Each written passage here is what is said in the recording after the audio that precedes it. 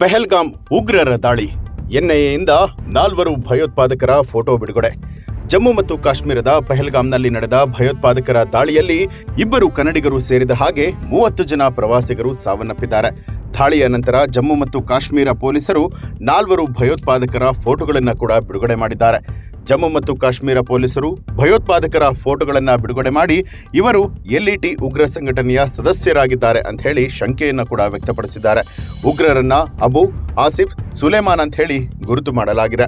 ಇನ್ನು ಘಟನೆಯ ನಂತರ ಭದ್ರತಾ ಪಡೆಗಳು ಇಡೀ ಪ್ರದೇಶದಲ್ಲಿ ಶೋಧ ಕಾರ್ಯವನ್ನ ತೀವ್ರಗೊಳಿಸಿದ್ದಾರೆ. ದಾಳಿಕೋರರನ್ನ ಇನ್ನೂ ಕೂಡ ಗುರುತಿಸಲು ಸಾಧ್ಯವಾಗಿಲ್ಲ. ಆದರೆ ದಾಳಿಯ ಹಿಂದಿನ ಉದ್ದೇಶ ಮತ್ತು ಜಾಲವನ್ನ ಪತ್ತೆ ಹಚ್ಚೋದಕ್ಕೆ ಗುಪ್ತಚರ ಸಂಸ್ಥೆಗಳು ಪ್ರತಿಯೊಂದು ಕೋನದಲ್ಲೂ ಕೂಡ ಪರೀಕ್ಷೆಯನ್ನ ನಡೆಸ್ತಾ ಇದೆ. ಇದೆಲ್ಲದರ ನಡುವೆ ಪ್ರವಾಸಿ ತಾಣಗಳಲ್ಲಿ ಕಟ್ಟೆಚ್ಚರವನ್ನ ವಹಿಸಲಾಗಿರುವಂಥದ್ದು.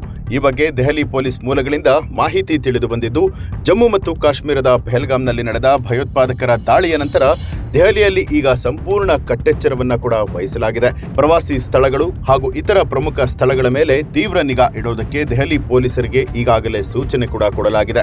ಮತ್ತೊಂದು ಕಡೆಯಲ್ಲಿ ಪೆಹಲ್ಗಾಮ್ನಲ್ಲಿ ಉಗ್ರರ ಅಟ್ಟಹಾಸದ ಬೆನ್ನಲ್ಲೇ ಕೇಂದ್ರ ಗೃಹ ಸಚಿವ ಅಮಿತ್ ಶಾ ನೇತೃತ್ವದಲ್ಲಿ ಮಹತ್ವದ ತುರ್ತು ಸಭೆಯನ್ನ ಕೂಡ ನಡೆಸಲಾಗಿದೆ.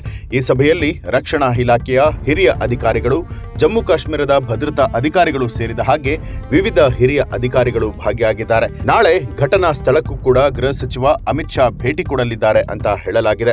ಈ ಒಂದು ಮಾಹಿತಿಯ ಬಗ್ಗೆ ತಮಗೆ ಏನನ್ನಿಸ್ತು ಅನ್ನೋದನ್ನ ಕಮೆಂಟ್ ಮಾಡಿ ತಿಳಿಸಿ. ಹಾಗೆ ಯಾರು ಇನ್ನೂ ಕೂಡ ನಮ್ಮ ಚಾನೆಲ್ನ ಸಬ್ಸ್ಕ್ರೈಬ್ ಮಾಡಿಲ್ಲ, ತಪ್ಪದೇ ಸಬ್ಸ್ಕ್ರೈಬ್ ಮಾಡಿ, ಬೆಲ್ ಐಕಾನ್ ಒತ್ತಿ.